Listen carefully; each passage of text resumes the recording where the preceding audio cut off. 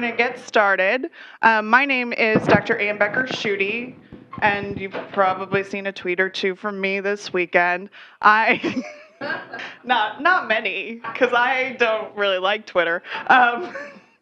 I am the chair for this session, so I have the privilege of introducing our speakers to you and then letting them run with this. So our first speaker is Nikita Joshi. Thank you so much. Thank you, everybody. And so, as you can see from my introduction slide, I do love Twitter. Please tweet me now, afterwards, a week from now, a year from now. I am always on it. So my talk is titled, Dear Program Director.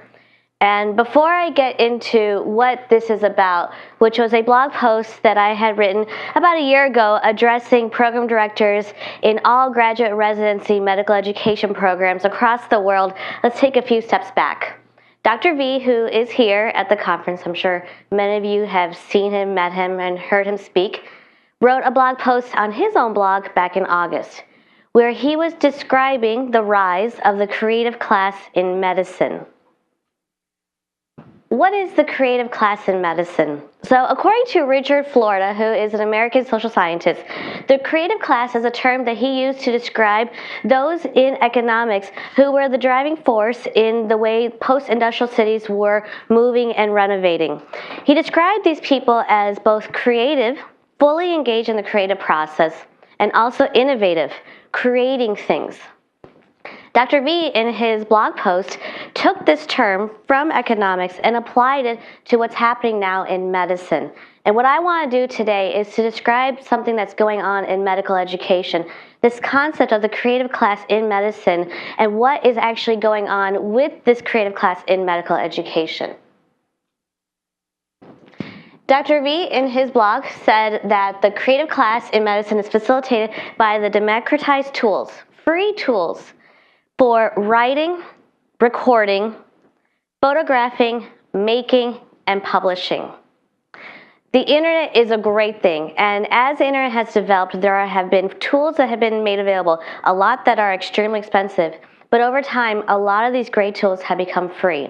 And these people in the creative class in medical education have seized upon the opportunity of these tools to start creating educational material that they have put out there onto the internet. They're writing. These people are putting out blogs.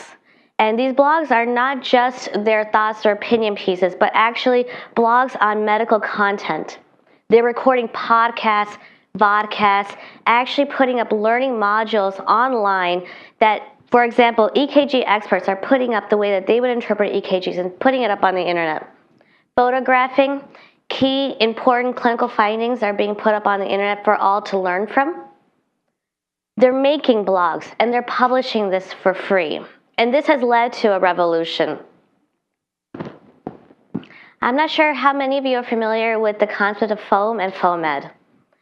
Everything that has happened with these democratized tools in the internet has become into a movement that in 2012, there was a doctor out from Australia, Mike Cadogan. Him and a few colleagues got together in a pub in Dublin over a glass of Guinness, as you can imagine. And what they had been trying to do for the last 4 years was to try to convince educators, medical educators, to use social media to create medical content to put out onto the internet. But, as you can imagine, they got a lot of backlash. You say social media to a bunch of doctors and they think of Justin Bieber, Kim Kardashian. They don't think that you could teach an international audience how to interpret an EKG for free. And so in order to take the branding away from Justin Bieber, they looked down at their Guinness and saw the foam and described it foam. And what foam stands for is free, open access medication. Free, open access, available to anyone, anywhere, at any time for medical education purposes. Dr. Joe Alex is an educator and an emergency medicine physician out in Philadelphia. He saw what was going on and coined this quote, which is also pretty well known across the internet. And this quote is so important because it really kind of encapsulates why this is so important. If you want to know how we practiced medicine 5 years ago, read a textbook. The moment a textbook is printed, it's already out of date. If you want to know how we practiced medicine 2 years ago, read a journal. How could that be? An article published today is already 2 years old? If you've ever written a journal article, you know how tedious it actually is to start a research project, write your first draft until it's accepted, and even after it's accepted, what that lag time is before it's actually published. It's insane. The quote goes on, if you want to know how we practice medicine now, go to a good conference, not just any conference. But the quote goes on, if you want to know how we will practice medicine in the future, listen to the hallways, listen to your colleagues, and use FOAM. And FOAM again stands for Free Open Access Medication. We're all here at this conference, Medicine X, for many reasons.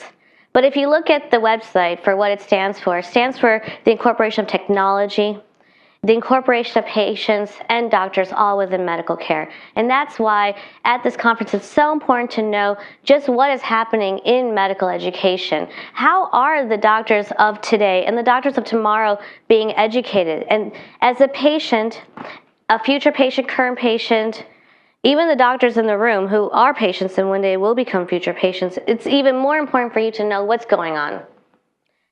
Traditionally speaking, back in the day, we used textbooks. These really heavy, dusty things. Textbooks were the word of law. People spent years in libraries memorizing what was in these books. And they end up with one big block because they were using one or few resources in order to get all of their education. But now with the internet, you're able to acquire pieces of your education from various areas. You can use medical education blogs, podcasts, you can incorporate a few textbooks.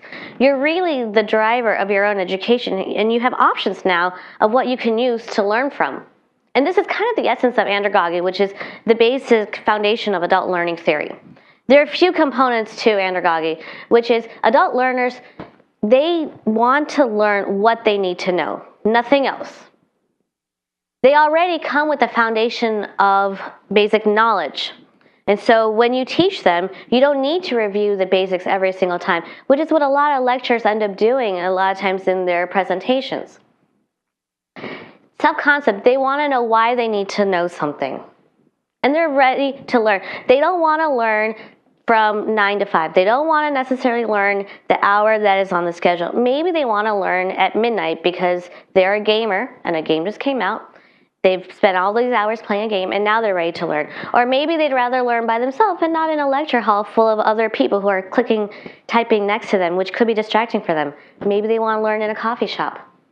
Orientation, they want to learn in groups. And motivation, they're motivated by not the art and joy of learning, which is really something that I think is a falsehood, but they want to learn material because it will help them in the future for saving a patient in cardiac arrest.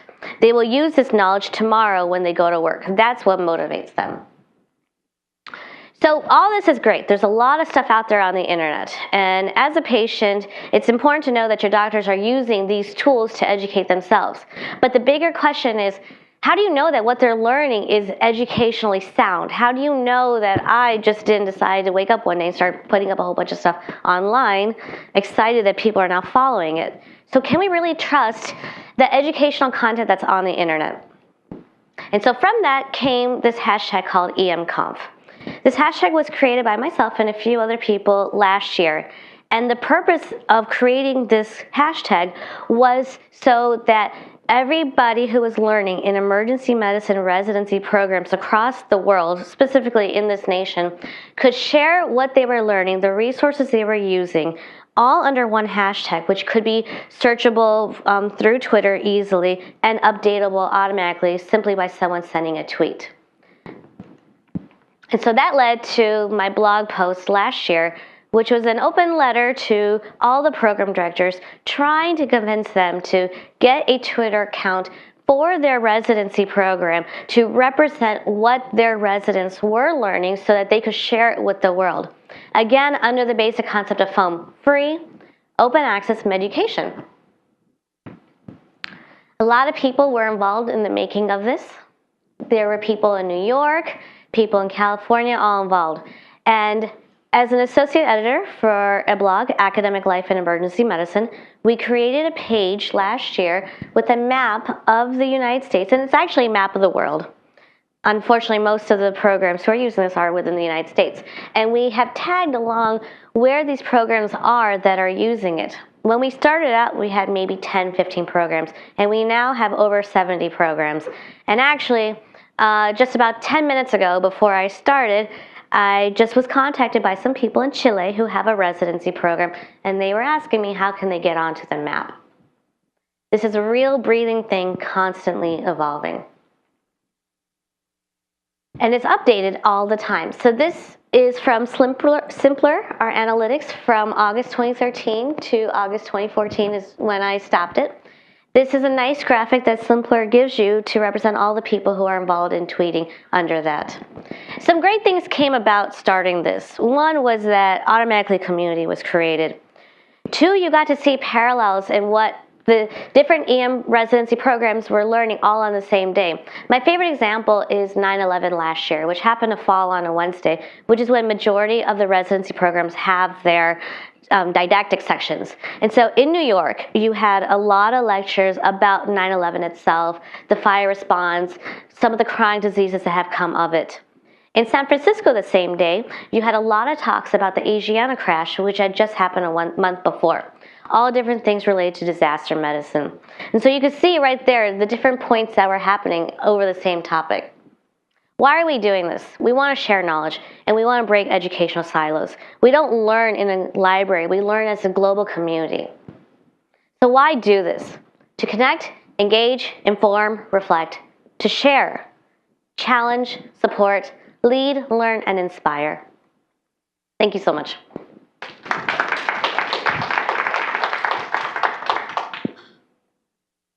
Yeah.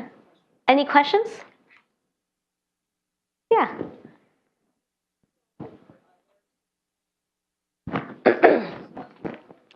So the question is this available for other subspecialties other than emergency medicine? And Twitter is free and is absolutely available for everybody. And actually, one of the people who we worked with, Salim, is dual trained emergency medicine and internal medicine. So we have gathered internal medicine programs. Similarly, family medicine programs. But the issue is not that is it open for other specialties, but we need other specialties to really push forward for this as well. I am not internal medicine or family medicine. I can't do this for them.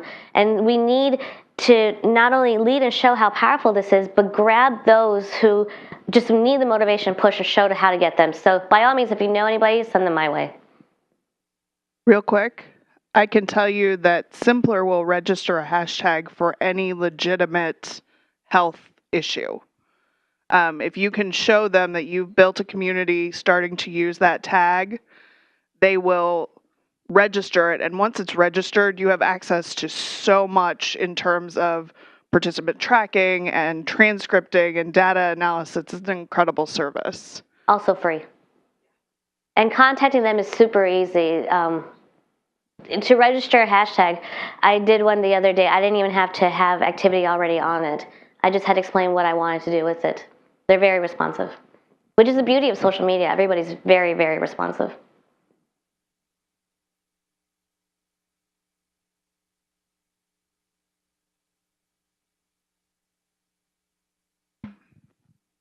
So through your data analysis, have you noticed any notable trends in conversation, or have any issues been alleviated through this? Are there any interesting stories that you can share from the conversation? There's a lot of great stories. The best part is that the stories can happen asynchronously because Twitter gets put out there and it stays out there. So somebody in Australia Australians are very active on FOMED and on EMComp, are on a completely different time zone than us. They wake up and they respond. One of my more favorite examples was a question that one of the residents I worked with last year had asked about asymptomatic hypertension management in the ER. It's a very benign question. The question was, how would you approach this in the ER? And I saw the question on my way to work. I don't tend to look at my phone when I'm at work. 8 hours later, I look at my phone, and there are almost over 100 responses to this question. I go to sleep, I wake up, I go to work again. There are still more and more conversations related to it. That's just one example of how this really kind of basic question erupted into not just a conversation but a debate about how to manage. People brought up different clinical situations in which they work. Some work in an ER, some in the clinic, some in the jail system, and that brings up different issues of how they would approach the management. I think the 9/11 story is one of my favorite stories because it really kind of illustrates that it was such a big event in our history, but you can take lessons learned and apply it for the Asiana crash. The programs in Boston that same day talked about their Boston bombing and how they approached it.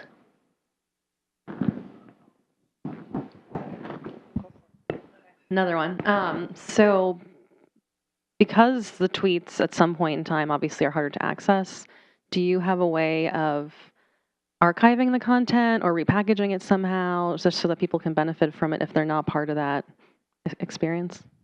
So one of the originators who worked with me, his name is Dr. David Marcus, has his own website, which is an interesting website because his focus is actually to collect conferences that are going on. He notices the trends and the hashtags, and on his website he'll have a loop of those conferences. So MEDX is one of them right now. So for EMConf, he does that, and what he'll do is we've actually stored transcripts on a month-by-month basis, and we've looked at the trends as to what has been going on. So all that is available on his website, because you're right, Twitter actually, ironically, does not demonstrate all the tweets that are actually out there. There are programs you can use. Some of them are better. The ones that you pay for will get you every tweet out there. But people like David, his website will actually go through and sort it. We're working on a paper right now also of analyzing all the tweets that are out there, analyzing how much of it is an educational pearl, how much of it is a primary resource, meaning that they are referencing a published article, how many of them are comments based on that primary resource, how many of them are advertisements such as, we have a grand round speaker tomorrow, please show up at this and this time. Because we want to be able to show that this is an educationally sound tool and not just a academic version of Justin Bieber. I know, right? And again, it's on Twitter and it's available to anybody. Thank you.